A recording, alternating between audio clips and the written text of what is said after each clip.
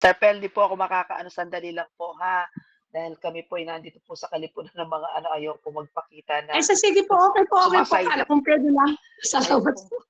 Mas pasensya na po, ayaw ko pong ipakita ako'y suma-sideline ng ibang ano, dahil andito po kami sa kalagitnaan din po ng seminar. Pumunta lang po ako Okay po, sis. Okay po. opo.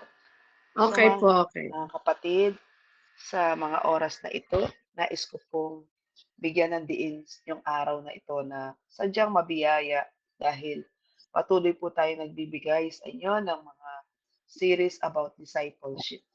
Napakaganda po ng ebanghelyo ngayon ano na tayo kung magiging tunay na disipulo, hindi po tayo magiging katulad ng mga binibigyang babala ng ating Panginoon na napakagaling humusga sa kapwa, napakagaling pumuna, at nakakalimutan tayo rin naman. Marami tayong nagagawa. Sa parehong dahilan mga kapatid kung tayo po ay magiging biktima ng mga paghatol, condemnation, at mockery o kung ano-ano pa po, pang-aalipusta o kung ano man na tayo ay nahatulan o hinusgahan, mga kapatid, makabubuti para sa atin na ipanalangin natin sila at pairalin natin yung pag-ibig ng Diyos at punuin ng habag ang ating mga puso. Kapag may habag ka at pag-ibig sa puso, tayo rin po mismo mapipigilan natin ang ating mga sarili makapagsalita ng hindi maganda sa ating kapwa. Perfect example po dito, yung mga Pharisee and mga Eskriba. Di po ba? Kung paano sila umatol at humusga ng kanilang kapwa at ginagamit nilang excuse at kanilang sukatan ang kanilang pagiging bihasa sa batas ni Moses. At ginagamit din nila ito upang maliit ng kapwa nila. So tayo po, mga kapatid, nawa po, hindi po tayo maging katulad ng mga sinasabi ng ating Panginoon na napakadaling humusga at undermining tayo rin mismo. Tayo hinuhusgahan, wala pong karapat-dapat. Sabi nga po ni San Pablo, sinner as we all have fall short of sin. Lahat po tayo, we are all fall short of the glory of God. Wala pong aabot sa kaluwalhatian ng Diyos. At ang tunay na disipulo ng Panginoon, marami pong pangyayari na tayo makakaranas ng mga panghusga at paghatol, pangmamaliit. Pero magiging tunay tayong disipulo kung tayo hindi napapatol and at the same time, hindi rin marinig sa atin ang ganong klase ng pamamara at pagkatao. Bawal na bawal po sa atin ang magmarites ng ating kapwa. Unang-una, kaya may katotohanan o wala ang ating mga nakita o sinasabi, still hindi pa rin natin karapatan na pahiyain o tapakan ang ating kapwa sa kanilang mga kakulangan. Amen po? So mga kapatid, my main topic for today, it is again about the cost of true discipleship. Kung natandaan niyo po yung nakaraan, ang topic ko last week is a call to make disciple. Po ba? Ngayon, kasunod po nito, the cost of true discipleship. Ang tanong ko ngayon, follower ka ba or fan lang? Tagasunod ka ba o tagahanga? Dito po natin malalaman sa dalawang ito kung sino ka dito. Are we followers or already fans? This will truly show us the true cost of discipleship. At mula dito, hayaan niyo pong basahin ko sa inyo yung main reading natin, taken from the Gospel of Luke, chapter 9, verse 23.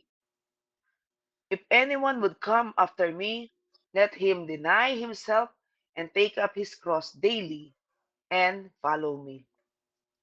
Sa Tagalog, kung ang sino man sa inyo ay nagnanais sumunod sa akin, itakwil niya ang kanyang sarili, pasanin araw-araw ang kanyang krus, at sumunod sa akin. Tayo pong lahat halos pamilyar dito. Amen po sa aking binasa ngayon. If you want to follow me, deny yourself, carry your cross, then follow me. Yan madalas nating naririnig. My dear brothers and sisters, ang tanong, madali po ba yung sinasabing, sino mang sumunod sa akin, kalimutan niya o talikdan ang kanyang sarili, pasanin ang kanyang krus at sumunod sa akin. kung susuriin po nating mabuti, mga kapatid, ang pinakabuod at pinakasentro nun, yung pagpasa natin ng ating krus ay hindi lamang minsan kung hindi araw-araw. Truth is, my dear brothers and sisters, maraming tao po ang gustong maging Kristiyano. Maraming mga tao, marami sa atin, gusto natin maging tunay na Christian, pero hindi lahat gustong maging disciple o alagad. Magkaiba po kasi yun, eh, 'no? Gusto nating sabihin at matawag tayo mabansagang, "Ako ay Kristiyano dahil ako'y naniniwala at sumusunod kay Kristo." Pero hindi lahat gustong maging disipulo o alagad. Sabi ko nga po, bakit natin binibigay yung mga talks about discipleship, ano, itong series na 'to, upang hindi lang po tayo manatiling mga nakikinig o member lang, kung hindi umangat po tayo sa calling natin sa ating Panginoon. In the same way, maraming gustong maligtas, pero ayaw magbago. Maraming gustong makatanggap ng blessing, pero ayaw mag-surrender o sumuko para magamit sila bilang blessing. Maraming gustong sumama kay Jesus, pero ayaw sumunod kay Jesus. Come to think of it, nabibilang ka na ba sa mga ganito? Yung ang tagal mo nang nandiyan, uma-attend sa mga prayer meeting, walang absent sa mga gawain sa simbahan, pero ayaw mo namang maging tunay na disipulo o alagad ng Panginoon. Ayaw mo ring gustong-gusto mong sinasabi mong, "Lord, iligtas mo ako mula dito sa aking kinasasaglakan." Pero ayaw mo magbago. Sabi natin, "Lord, i-bless mo naman ako." Gustong makatanggap ng blessing, pero kung tatanungin mo siya, handa ka na bang sumuko sa Panginoon para magamit ka rin niya bilang isang pagpapala o blessing? Ayaw naman. Maraming nagpapahayag, "Lord, gusto kong sumama sa'yo." Pero ayaw naman tunay na sumunod o maging follower ng Panginoon. You see, my dear brothers and sisters, every one of us, Jesus did not call us to be His fans. Jesus did not call us to be fans. He called us to be followers. Hindi tayo dapat audience lang. Hindi members, kundi disciples. Hindi lang upang makinig ng katotohanan, kung hindi mamuhay ayon sa katotohanan. Dito po sa binasa kong ebanghelyo ni San Lucas, sa Luke 9 verse 23. Luke 9 verse 23 is his invitation. Ito po yung kanyang paanyaya and his requirement. As Jesus said, if anyone would come after me, maliwanag po, this is an invitation. By this, it is clear na dapat voluntary decision o conscious decision ang pagsunod. If anyone, kung sino man. Kaya, maliwanag po na dapat voluntaryo ang ating desisyon o malinaw ang ating kamalayan, ang pagsunod. Meaning, kusang pa siya at walang namimilit sa'yo o walang nag-influensya lang sa'yo. If anyone would, sabi ng Panginoon, if anyone would, Jesus said, okay? Pero hindi po niya sinabing, I force you to follow me. Hindi po niya sinabi yun eh. Sabi niya, if anyone would, kung sino man. Discipleship is an invitation, not conscription. Ulitin ko po. Discipleship is an invitation, not conscription. Ang pagkaalagad ay imbitasyon sa atin ni Lord, hindi po sa pilitan. That's why discipleship is voluntary. You choose. Pinipili po ba natin ng Panginoon? Voluntaryo po kasi ito. God never forces a cross on anyone. Discipleship is voluntary. You choose because God never forces a cross on anyone. After all, mga kapatid, salvation is personal. It is free, but discipleship is a choice. Amen? Alam niyo po, bago po ako tuluyang maging full-time missionary and lay preacher ng ating Panginoon, ako po'y nabilang sa isang marriage encounter community wherein 8 months lang po ang aming tinagal, nag-backslide na po kami. On my part, ang aking katwiran is naaalangan po kasi ako at naaasiwa, nalulungkot na rin kapag uma-attend po ako, ang laging pagsalubong sa akin sa halip na, "Sister, good to see you." Ang lagi ko narinig, "Oh, sister, nasaan si brother husband? Dapat couple power kayo." Naramdaman ko na hindi sapat ang presensya ko na ako ang nandun lang. Unang-una, kahit ME po kami o marriage encounter yung nandun na nandoon kami, hindi po pareho ang pagtanggap namin sa pag-attend sa mga prayer meeting. Ako, I was there longing for the presence of the Lord. I was there because I want to hear more good news and beautiful talks. I want to experience praise and worship. I want to experience God in every gathering, kahit sa misa. Personal kong gustong maranasan ng Panginoon.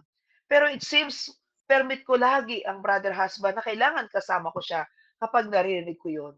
At kapag nakakarinig naman po ako ng magandang aral o turo, mga panayam, nalulungkot ako at sinasabi ko, kay ganda nito. Nararamdaman kong tumatago sa buong pagkatao at kaluluwa ko to. At bilang kabiyak, nalulungkot ako na sana nandito rin siya. Naririnig din niya ang mga naririnig ko. At dahil siya po ay hindi sobrang nabuksan ng kanyang relasyon at kamalayan na kailangan may prayer gathering o nagsisimba dahil siya mismo ay hindi believer o hindi rin siya talagang nananalig sa Panginoon, hanggang sa persado akong pinatigil sa pag-attend sa community. Wala naman daw akong mapapala. Even on church activities, even on church services, pinatigil ako. Because he is the head of the family, I have to surrender. I have to abide. Kailangan ko sumunod. Until inatake po ako sa puso, year 2012. I was declared clinically dead. And naikwento ko na po sa inyo nung naglakbay ako sa twilight. Na sa mahabang tunnel at madilim na tunnel na yan, wala po akong kasama maliban sa sarili ko. At nung makita ko ang bahaba-hagdan at malaking kamay na nag-aanyaya sa akin, pati yung mga individual na espiritual na nandoon na hubot-hubad na nakita ko, wala po silang kasama. They are all alone by themselves just like me. Mag-isa lang.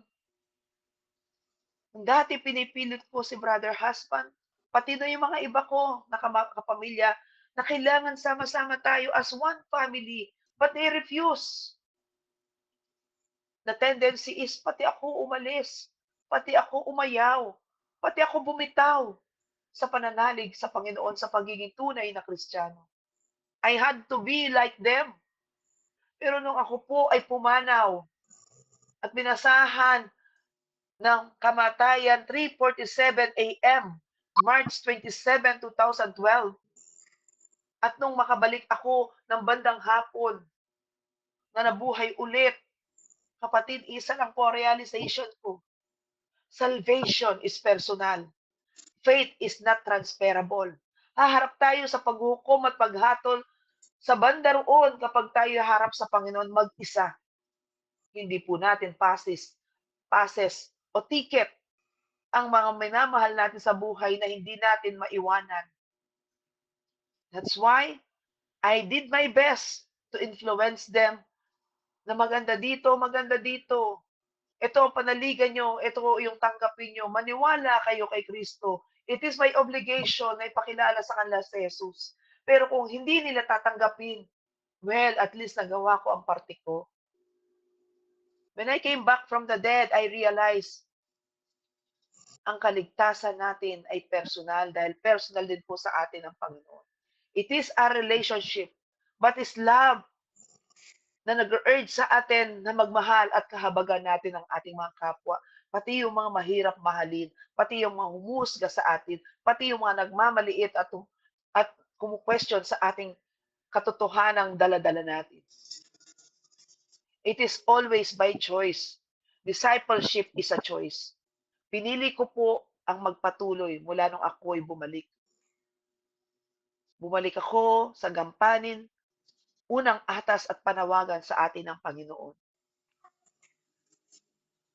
At napatuloy na nanalangin, since we are a militant church, patuloy ang pakikibaka ay na pilgrims of church, patuloy tayong naglalakbay sa ating pananalig. Mas mainam na po wag tayong titigil. Mas mainam na po na tayo magsumikap, umabot sa pagiging disipulo. Nang sa gayon, yung mga hirap tayong dalhin sa ating Panginoon, makita nila kung paano tayo namumuhay. Hindi lamang sa pagsasalita o pagpapahayag, kung hindi kung paano tayo mamuhay. We will influence them naturally based on how we live our life. Because our life will be our permanent sermon. Amen? And it is easy to evangelize and to disciple the way we live our life na nasa piling na ng Panginoon. Sabi nga po niya, kung ang sino man ay nagnanais sumunod sa akin, let them follow. We can only live our life so that they may see that we are truly followers. If anyone would come after me, is the doorway to discipleship. Sumunod ka muna sa Panginoon. At yan ang pintuan papunta sa pagiging alagad. And before you deny yourself, before you follow, there must be a decision to come. There must be a decision to follow Jesus. A fan says, I like Jesus from here. Ang isang tagasunod o tagahanga, ganito sasabihin, gusto kong dito na lang ako. Titignan ko na lang, pagmamasdan ko kung paano ako binabasbasan, pinagpapala ni Jesus. Kahit naman hindi ako maglingkod, kahit naman ako hindi umaattend, binibless pa rin ako ni Lord. Fan po ang tawag doon. Tumatanggap, pero ayaw sumunod. Amen? So, disciple says, on the other hand, I'm leaving this spot to go after Him. Yung nandyan na, kahit na sinusubukan na siya, iiwanan ko itong kung saan ako nakatayo. Iiwanan ko itong kinatatayuan ko para sumunod kay Jesus, para sumunod sa Kanya. Coming after Jesus costs you total being, my dear brothers and sisters. Coming after Jesus costs you total being, but gains you His kingdom through His presence. Hindi po madali ang sumunod sa Panginoon. It requires our total being, ang buong pagkatao natin, buong puso, buong kaluluwa. Ngunit, tayo pong makikinabang dahil ang kaharian po niya at ang presensya niya sa buhay natin, ang lubusan nating reward o makakamtan. Now, para naman po maging balanse tayo at bigyan po natin ng katugunan, paano nga ba tayo magiging tunay na disipulo? Let me present to you some steps na dapat natin gawin for us to be a true disciple. Number one, sa principles of true discipleship, surrender yourself. Based po sa Luke 9 verse 23. Surrender yourself. Kanino mo isusurrender? Of course, to our Lord. You don't surrender yourself to anyone. Hindi ka susurrender sa isang tao lang. Amen po? Anyway, ang may control dapat sa atin ay ang Panginoon na nagbigay sa atin ng kaligtasan. And we know na nandito tayo dahil tayo nilalang. Mortal. At siya rin, ang Panginoong Jesus, ay naging mortal upang abutin tayo. He surrendered out of His love for us. He surrendered Himself, namatay at pinako sa krus para tayo maligtas. In the same way, we see Jesus as our Master, so we surrender ourselves to Him. Sabi po kasi sa isang bahagi ng Luke 9 verse 23, let him deny yourself. To deny yourself is to truly surrender yourself. And when we say deny, it is equivalent to say no to our self-will. Hindi sa pang-sarili na natin. Pagtatakwil, pagtalikod sa sarili sa pamamagitan ng pagsasabi ng hindi sa mga sariling kagustuhan, lalo po sa mga makamundong bagay na siyang nakakapagpalayo sa atin patunta sa ating Panginoon. Or surrender to hand over control to Jesus. Sa mga bagay na wala tayong control, we surrender to our Lord Jesus. Sa mga bagay, sa mga nakapaligid sa atin, maging sa mga pumupuna sa atin, we surrender everything to our Lord, even our self-worth. Na, Lord, nasasaktan ako, pero sinusuko ko po ang lahat-lahat sa akin. Sinusuko ko ang karapatan kong maging tao at gumanti sa mga nananakit sa akin. Sinusuko ko ang karapatan kong bilang tao na magsalita laban sa kanila, to give an eye for an eye, a tooth for a tooth. Sinusurrender ko po itong lahat ng karapatan na dati inaangkin ko. Surrender to hand over control to Jesus. Ipapaubaya mo na ang lahat sa pagkatao mo kay Jesus. Maging ang lahat ng karapatan mo bilang isang tao. Or simply to let go of yourself by releasing control, your reputation, your comfort, and self-worth. And why we should do this? Bakit natin kailangan gawin ito? Brothers and sisters, it is truly important to do this because you can't hold Jesus and your self-will at the same time. You can't hold Jesus and your self-will at the same time.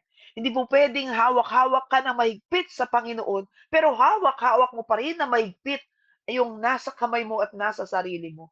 You have to let go. In the same way, we cannot serve two masters at the same time. Hindi pwedeng minamahal mo ang Diyos, pero minamahal mo rin ng sobra-sobra ang sarili mo na hindi mo kayang maging selfless. Amen?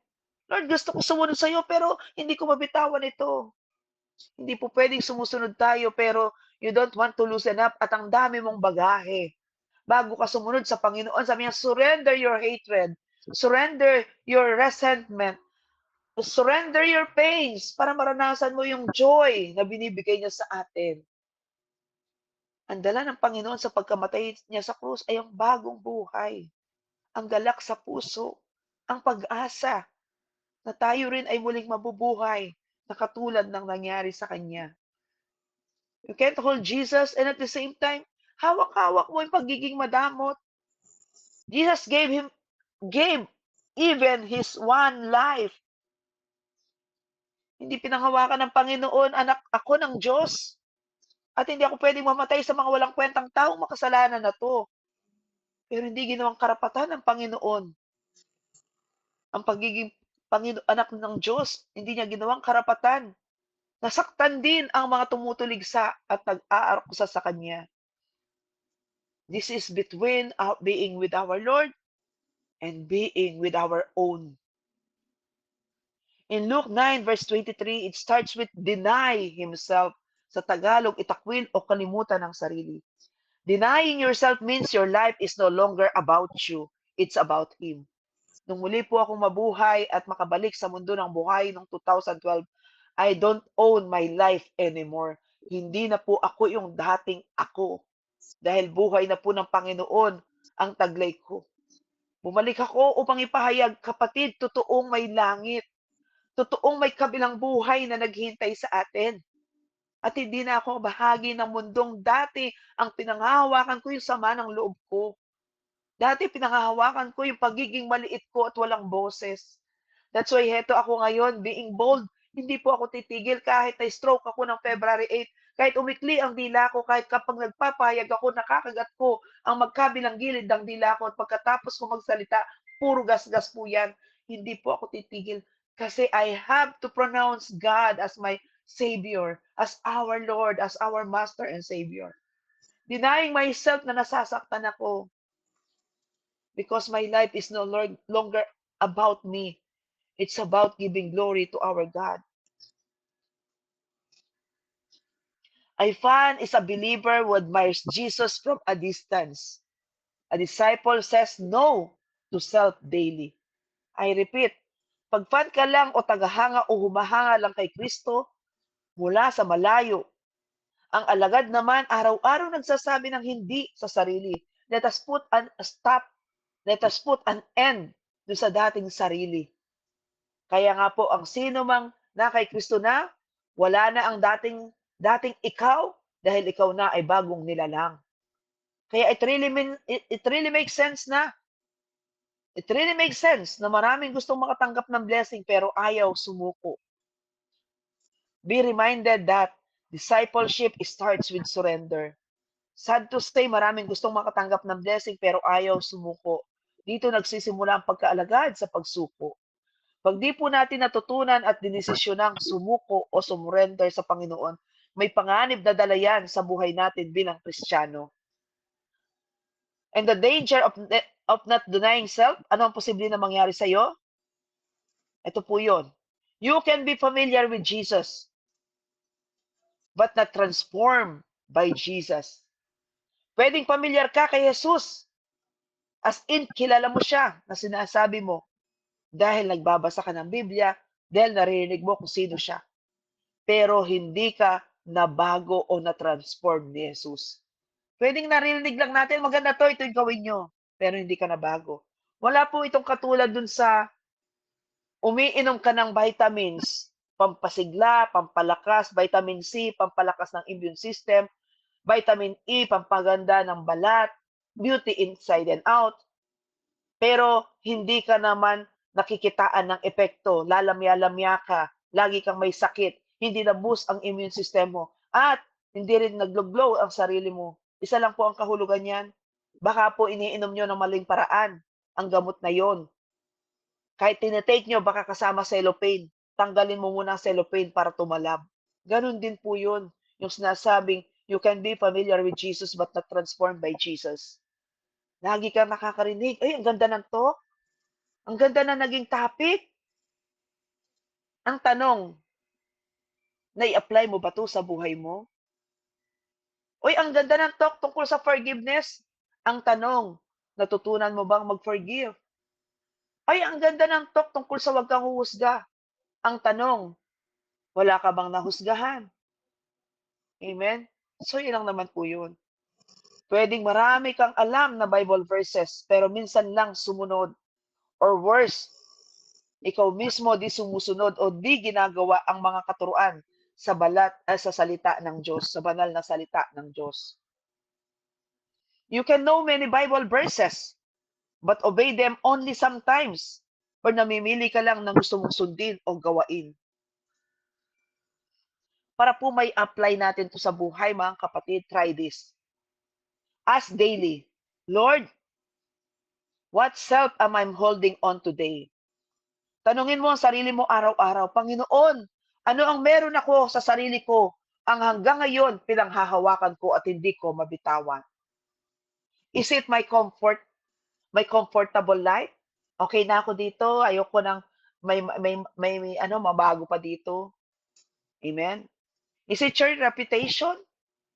Uy, may title ako'y nasa posisyon ngayon, kaya habang ako nandito, mas marami akong alam, sumunod kayo. Amen?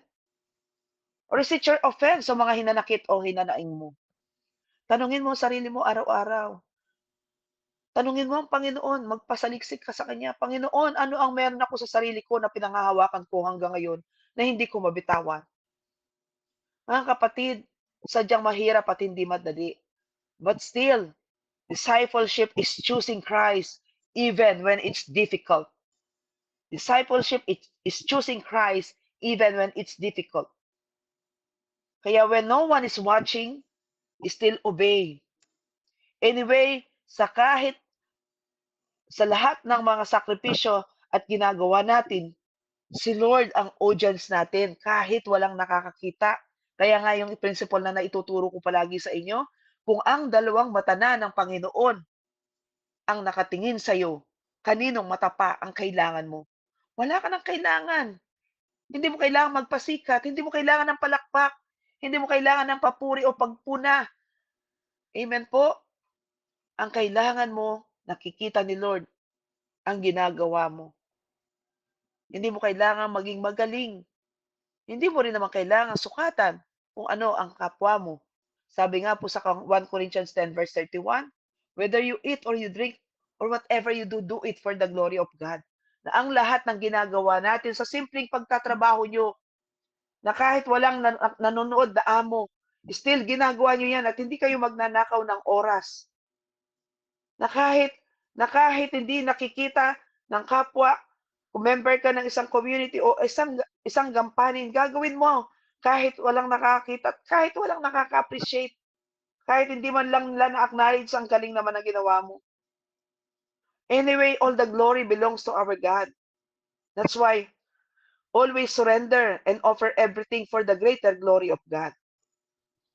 Kaya nga pag sinabi, uy, ang ganda naman ng pag-worship mo, uy, ang ganda naman ng ibinahagi mo, lagi natin sinasabi, mabuti po ang Diyos. We give back all the glory to God. Hindi natin nanakawin ang gloria o ang kalwalhatian na nauukol sa ating Panginoon. Anyway, hindi po tayo ang magaling. Si Lord John, ang banal niyang espiritu, ang gumagabay sa atin. Amen? When there's no applause, still serve. Di natin nahangarin ang mga papuri, palakpak, at pagkilala. Si Lord lang ay sapat na at patuloy kang maglilingkod. In short, ikamamatay na nating maglilingkod at sumunod sa Diyos. Amen po? So number 1 is surrender yourself to our Lord. Number 2, embrace your sufferings daily. Embrace your sufferings daily. Sabi po sa isang bahagi ng Luke 9 verse 23, take up his cross. Pasanin ang krus. Mga kapatid, in Jesus' time, a cross is a death sentence. Sa panahon po ni Jesus, ang krus ay isang hatol ng kamatayan. Masakit na hatol ng kamatayan. But in here, sa ating pinag-uusapan, it means to take it up, accepting that following Him may cost your comfort, reputation, and even life. Ang kahulugan ng krus na sinasabi sa atin, ito po yung pagtanggap at pagsunod at yung kahit ano pa ang maging kapalit ng pagsunod natin, papasanin natin ito. Kahit na maging kapalit nito ay ang reputasyon natin, ang mawalan tayo ng dignidad at kahit mawalan tayo ng sariling buhay. But it's for Him, not random pain.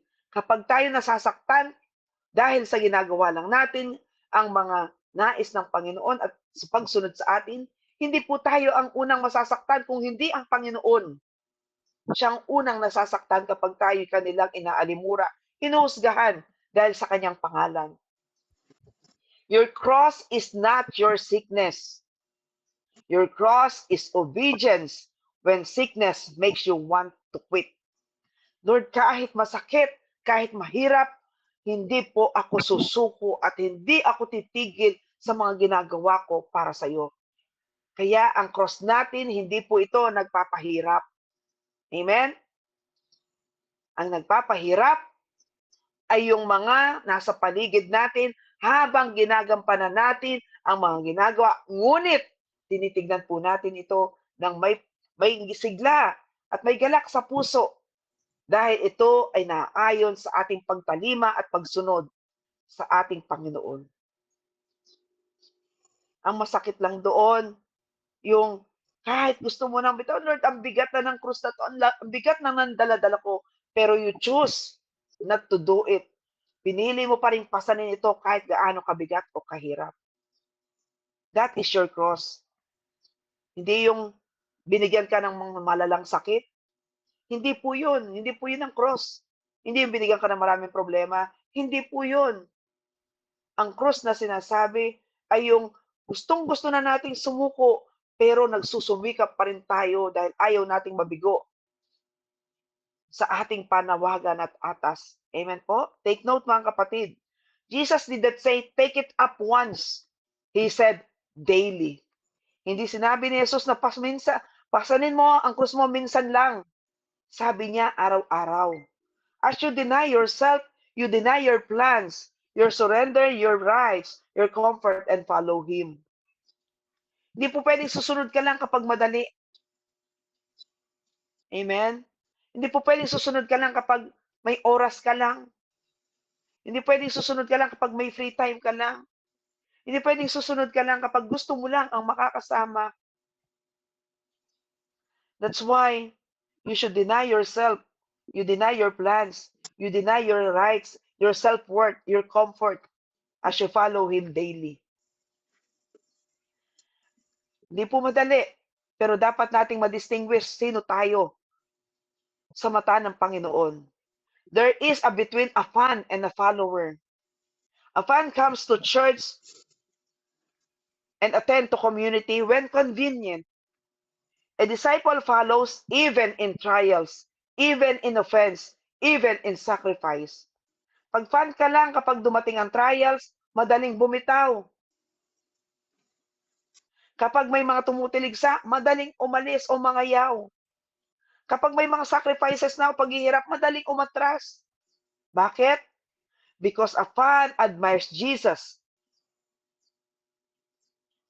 but a disciple follows Jesus. Ang fan o tagahanga pumupunta sa church o umaten sa community kung convenient lang sa kanya. Ang alagad sumusunod kahit may pagsubok, kahit may inanakit, kahit may sakripisyo. Remember, daily is the key.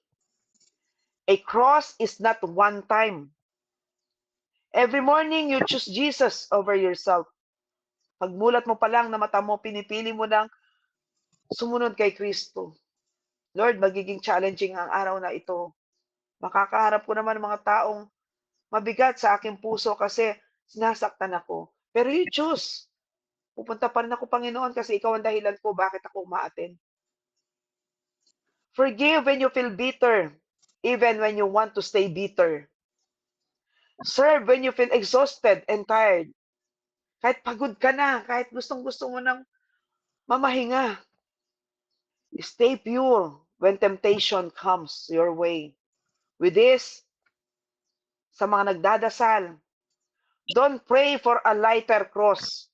Instead, pray for a stronger shoulders and a surrendered heart. Ulitin ko po, pag mabigat na ang pasan-pasan nyo, ang daladala nyo, don't pray for a lighter cross. Huwag mo ipagdasal, Lord, pag-aanin mo ang krus ko. Don't pray for a lighter cross. Instead, pray for a stronger shoulders and a surrendered heart. Ipagdasal natin, Lord, patatagin mo ang balikat ko na pumapasan sa lahat ng mga dinadala ko. At isang puso na sumusuko na sa iyo. Para may apply po natin itong pangalawang ito, na embrace your suffering daily, mga kapatid, sa ating pang-araw-araw na buhay. Tandaan po natin at pakaisipin po natin. Your cross today might be forgiveness. Maaaring may pakiramdam ka, parang ang bigat ng pakiramdam ko. Suriin mo yung sarili mo. Baka ang cross mo ngayon, baka pagpapatawad. Or it might be obedience at work. Baka pagsunod sa trabaho. May pinapagawa sa akin, pero hindi na parte ito ng trabaho ko. Wala sa kontrata yan eh. O baka naman paglilingkod sa ministry, sa community, sa simbahan. Kahit pagod ka na. It might be serving when you're tired. You see, mga kapatid, the disciple is present in church or in community. But more importantly, God is present in His daily decisions. Hindi sapat na tayo walang absent sa pagsisimba o pagsiserve sa simbahan, maging sa komunidad. Ngunit mas higit nating pahalagahan. Nandun ba ang Panginoon sa bawat desisyon mo sa buhay? Ang alagad, maaaring present sa simbahan o sa community. Pero mas mahalaga, present ba si Lord sa mga desisyon mo araw-araw?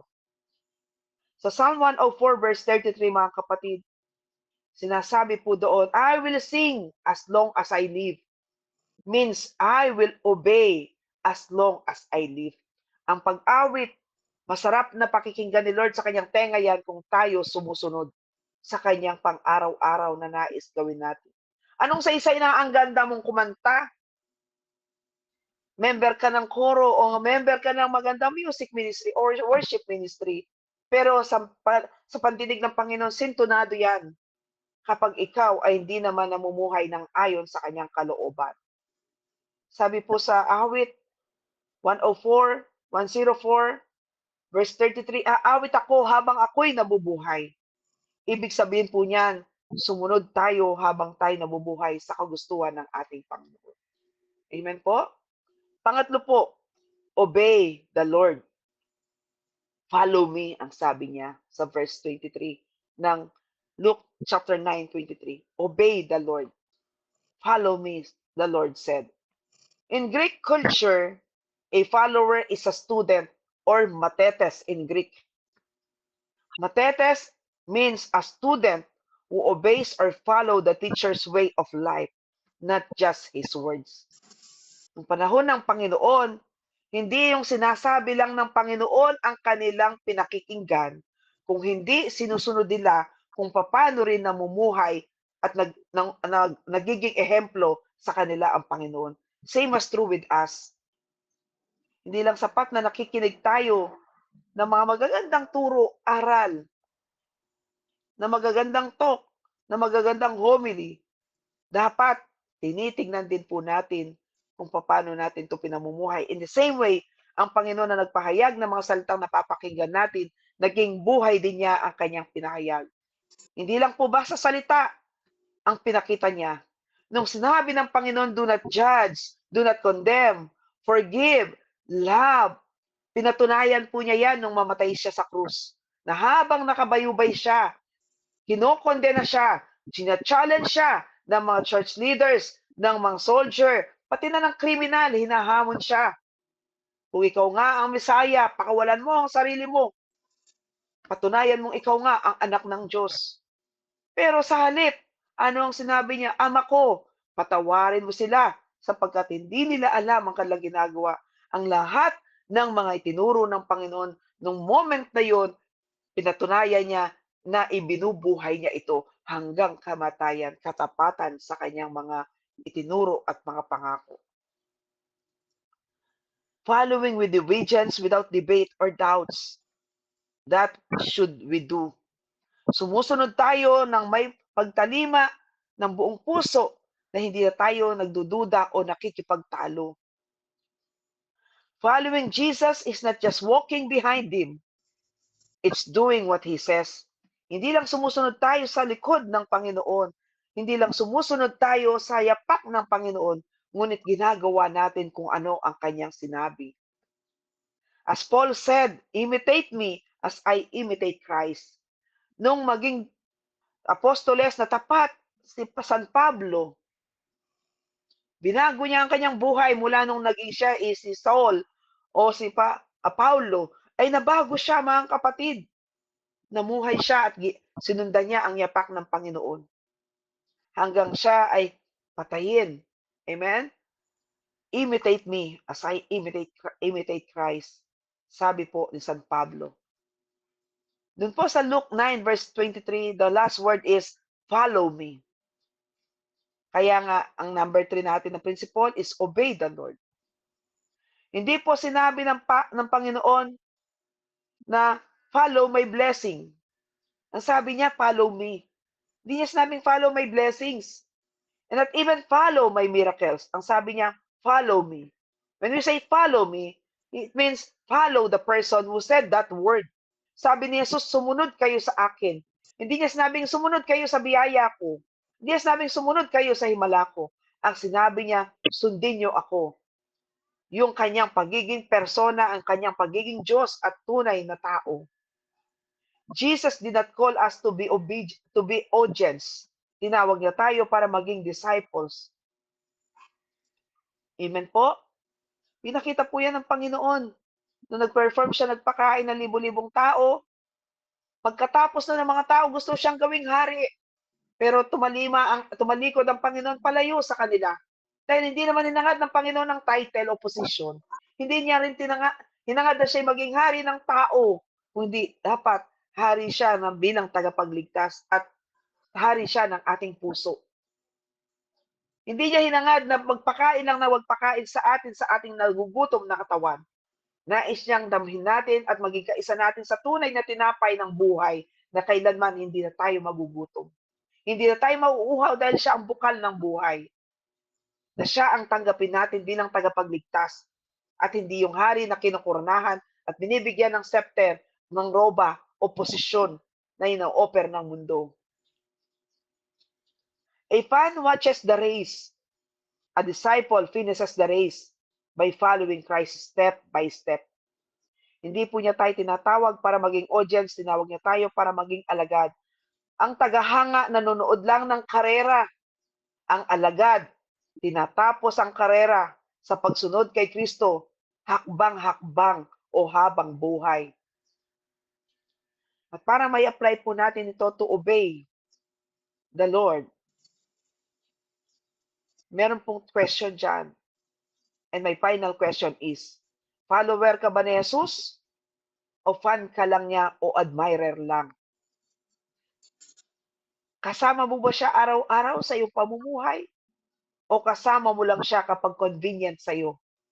O sinusunod mo pa rin siya kahit wala kang nakukuha o pakinabang?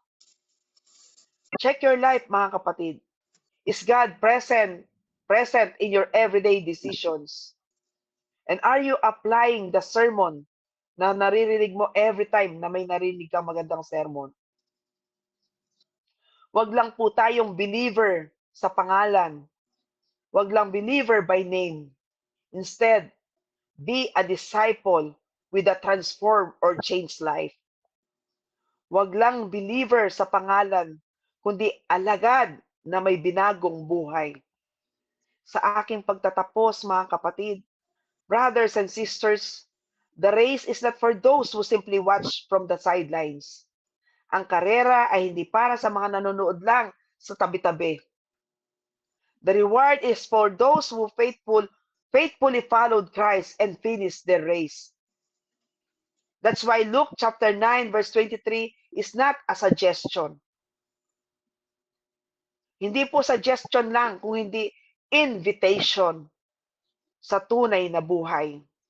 Huwag lang tumingin tayo kay Kristo mula sa malayo. Instead, lumakad tayo kasama niya araw-araw. We journey with Him. It's an invitation to real life.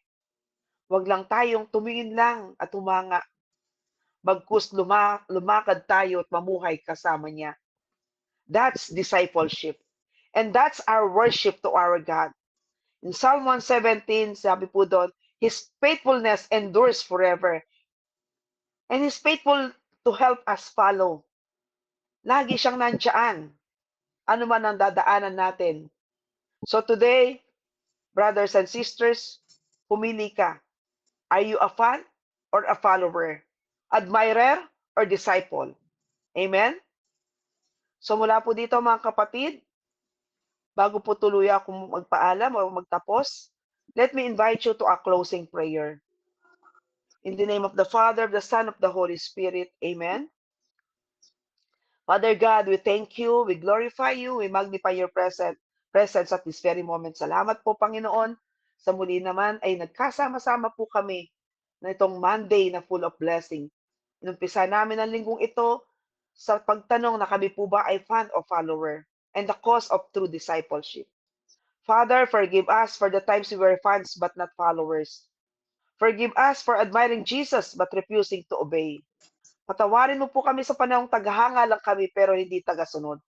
Patawad sa paghanga lang ang nais naming ibigay sa Panginoon pero pagtangging sumunod sa Kanya. Now, O Lord, we choose, pinipili namin itakwil ang aming sarili at pasanin ang aming krus araw-araw upang makasunod sa aming Panginoong Jesus. Banal na Espiritu, pagpalain mo po kami't basbasan. Bigyan mo kami ng lakas kapag mahirap. Paalalahanan mo kami kapag gusto na naming sumuko. Gawin mo kaming mga alagad na may binagong buhay at hindi believer lang sa pangalan. Naway awitin namin ang buhay namin ng awit na nakasulat sa 104 verse 33, aawit ako sa Panginoon habang ako'y nabubuhay. At naway dalhin kami ng iyong katapatan mula sa awit 117 hanggang sa finish line. Sa pangalan ni Jesus, aming hinihingi. Amen. Ama namin, sumasalangit ka, sambahin ang ngalan mo. Mapasa amin ang kaharian mo, sundin ang loob mo dito sa lupa para lang sa langit.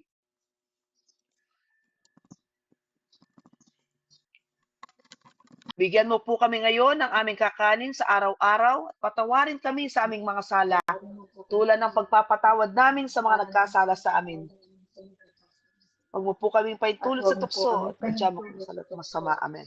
At ilagyan po kami sa lahat ng sasama. Amen. Mahal naming Inang Maria, nawa po maging tagapamagitan ka namin hanggang sa huling sandali ng aming buhay, habang kami umaawit ng buong parangal at papuri sa iyong bugtong na anak. Samahan mo po kami, tulad ng sinabi mong, do whatever He tells you. Aba, Ginoong Maria, napupuno ka ng grasya, ang Panginoong Diyos ay sumasayo. Bukod kang pinagpala sa babaeng lahat, pinagpala naman ang iyong anak na si Jesus. Santa Maria, Ina ng Diyos, ipanalangin mo kaming makasalanan ngayon at kung kami mamamatay. Amen. Luwalhati sa Ama, sa Anak at sa Diyos, Espiritu Santo. Kaparan ng una, ngayon at magpakailanman, magpasawalang hanggan. Amen. Sa ngalan ng Ama, ng Anak, ng Diyos, Espiritu Santo. Amen. Sa mapagpalang araw po sa ating lahat, sumayin niyo po biyaya, pag-ibig, kapayapaan ng ating Panginoon. Amen. Amen, Sister B. Marami pong salamat talaga sa pinakapamosabing Bible verse, Matthew chapter 16, verse 24. Anyone wishes to come after me. Sister B, meron ka pong kaunting sandali kung may nais mag-share o magtanong. Meron po? Sister B? Sister Pel, mga isa o dalawa lang po kasi baka para makabalik na po ako sa seminar proper. Okay po, marami pong salamat. Mga kapatid, sino po magtanong po kayo o mag-share ng napakaganda pong paalaala lagi sa ating paalaala. Ang ganda sis Bin yun hindi namimili at kusang loob ang pagsunod. Sino po? Amen. Dali po mga kapatid. Mga kapatid, magtanong po tayo, magpatotoo. Dalawa daw lamang po dahil siya po ay nasa gitna rin po ng talk. Salamat po. Hello po. Good afternoon, Sister B. Hi, sis. Good afternoon. Ako na po yung isa magan. Kasi yung sinabi nyo yung calling ni Lord, imbitasyon yun, hindi pinipilit. Po ba? Totoo po. Yes po. Opo. At yung pagtugon sa pagtawag ni Lord ay yung talagang kusang loob galing sa puso. Di po ba? Amen po. Para po sa akin, masasabi ko pong totoo po. Kasi po marami po tayo, lahat po tayo servant. Ang sinasabi ko po mga kapatid, yung sa akin po, baka mamaya ma-quote na naman ako. Ayun po na-experience ko, iba po talaga yung sumunod ka sa imbitasyon ni Lord, kalooban ni Lord na yung kusang loob galing sa puso mo. Magagawa mo po yun na talagang totoo sa iyong puso at may pagpapakumbaba, pagmamahal at pangunawa. At makikita mo po talaga yon kasi nakikita ko po sa experience ko po, meron po tayong mga na makikita mo po yung kaya ka nandun dahil nakumbinsi ka, dahil sa barkada, hindi nila na kung ano ba ang purpose kung bakit ka nandun. At saka pag po kasi na alam mong ikaw ay kusang loob ka nang pumasok, kusang loob ka nagdilingkod, hindi mo nakikita yung negative. Hindi mo ini-entertain. Ang alam mo, kaya ka nandoon. Dahil calling ni Lord, gusto mong maglingkod. At upang sama-sama po tayong makasunod sa kalooban ng Diyos at sama-sama tayong hangarin yung pangako sa atin ng Diyos na kung tayo susunod, mamumuhay sa kalooban niya, ang pangako niya sa atin ay buhay na walang hanggan. sa palagay ko po, at hindi po talaga, yun po talaga ang hangarin natin. At anuman po ang hindrance niyang pagsunod na ito, pinapasan po natin. Pinapasan po natin. Para po sa, at yun po, ang sa akin, talaga pong pinipilit ko pong gawin na ganun. Na dahil po ito'y kusang loob ko, walang sapilitan. Hulaan man po ako sa aking ginagawa, hindi ko po pinapansin. Ang para sa akin, kaya ako nandun upang maglingkod sa Diyos at magawa ko kung ano ang idinitikta ng puso ko. Amen po, Sister B. Enoch sharing. Salamat po. Salamat po. Thank you po, Sister Soning. God bless. Glory to God po.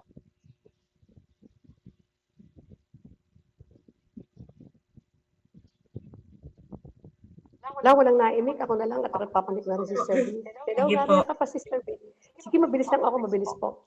Sister B, kanina lang sinasabi mo na nakikinig ka. Sabi mo, ang ganda sana kung kasama mo yung iyong esposo. Ano po, Sister B? Sister B, narinig niyo ba ako? Yes po, sister. Yes po, Alam Sister niyo po, Pen. kung pili po ako sa aking community, dito po sa Friends of the Philippines. Meron po doon magkapatid talaga nakaka-inspired. Magkapatid yun ha, nagdadala lagi ng pagkain, napaka-generous. Sabi ko, grabe. Siyempre, talaga nang nananaghili po ako, sabi ko, sarap naman kung ganito din yung kasama ko ng mga kapatid ko. Ano po sis? Siyempre, Yes. sabi ko, basta't ang mahalaga, nagawa ko na yung akin. Ang akin lang assignment, Sister B, parang naiigting po ako ng salita. Napapaigting yung dahil sanay nga po sa parang laging galit, ano? Kagaya po kahapon, dahil linggo, nandun mga kapatid pa, sabi niya, magtatagal naman yung prayer meeting na yan. Dahil siyempre nag-uumpisa ng alas 8 hanggang alas 10 mahigit. Sabi ko, bakit pagkakainin na kayo ng teleserye, hindi kayo naiinip? Sabi ko, ganyan na po. Tunay naman.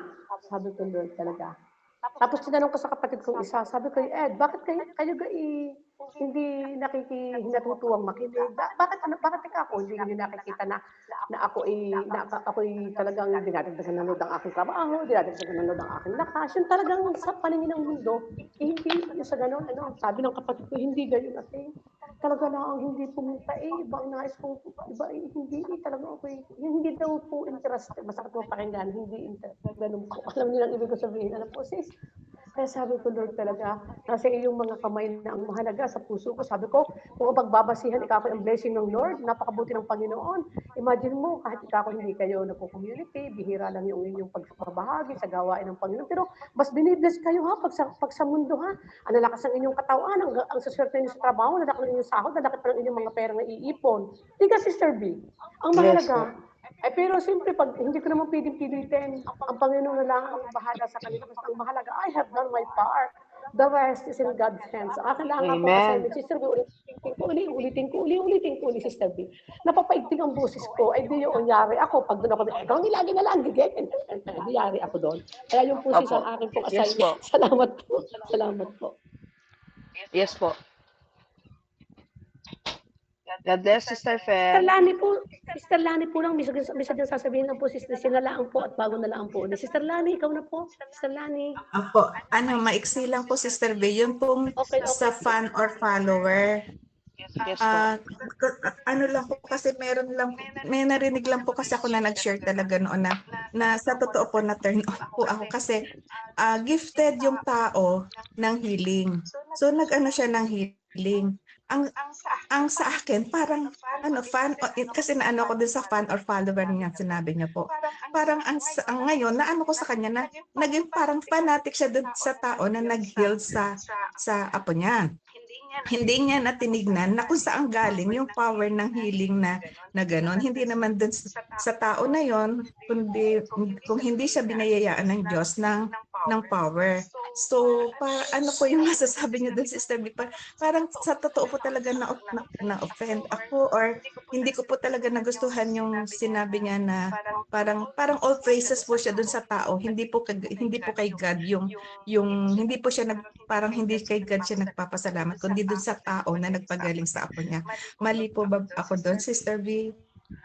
Sa isang banda po, tama naman po talaga na tayo 'pag nakasumpong ng kagalingan, we give back all praises and great gratitude to our Lord. Kasi lalo na po kung ang naging pagpapagaling ay miraculously at through pray over. Sino po ba nagpapagaling? Hindi naman po yung taong nag-lay hands. Kami po, marami po kami na-experience at pinapatotoo po na sa amin. Huli na po namin narinig. Halimbawa, umattend po kami noong nakaraang Tuesday sa isang prayer meeting, may yumakap, umiiyak. Sabi niya, Sister V, healed na po ako sa cancer. Dahil pinray over niyo po ako nung ganito ganyan, magpapakimo po ako. Tapos sabi niya, ngayon po, sabi niya, ano na ako, ganito ganyan. Sabi ko, praise God, hallelujah, napakabuti ng Diyos. Parang sa ating mahal na ina, sinasabi niya, do whatever He tells you. Sabi niya doon sa wedding at Cana. And the same way, ganun din naman po si Juan Bautista. Tinuturo niya sa Panginoon, siya yung Messiah, siya yung tunay. Hindi pati yung mga disipulo niya itinuro niya pa rin sa Panginoon.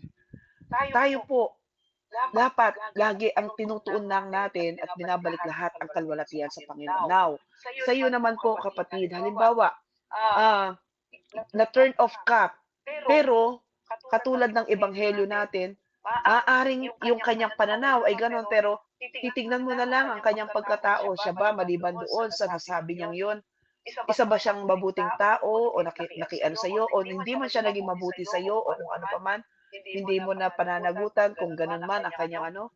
Bagkus, ang ano mo, you will not take offense against her, magiging kapatid mo pa rin siya, na uunawain mo na lang din siya, na overwhelm lang siguro siya, kaya ganon sa tao, kaya nasasabi niya yun.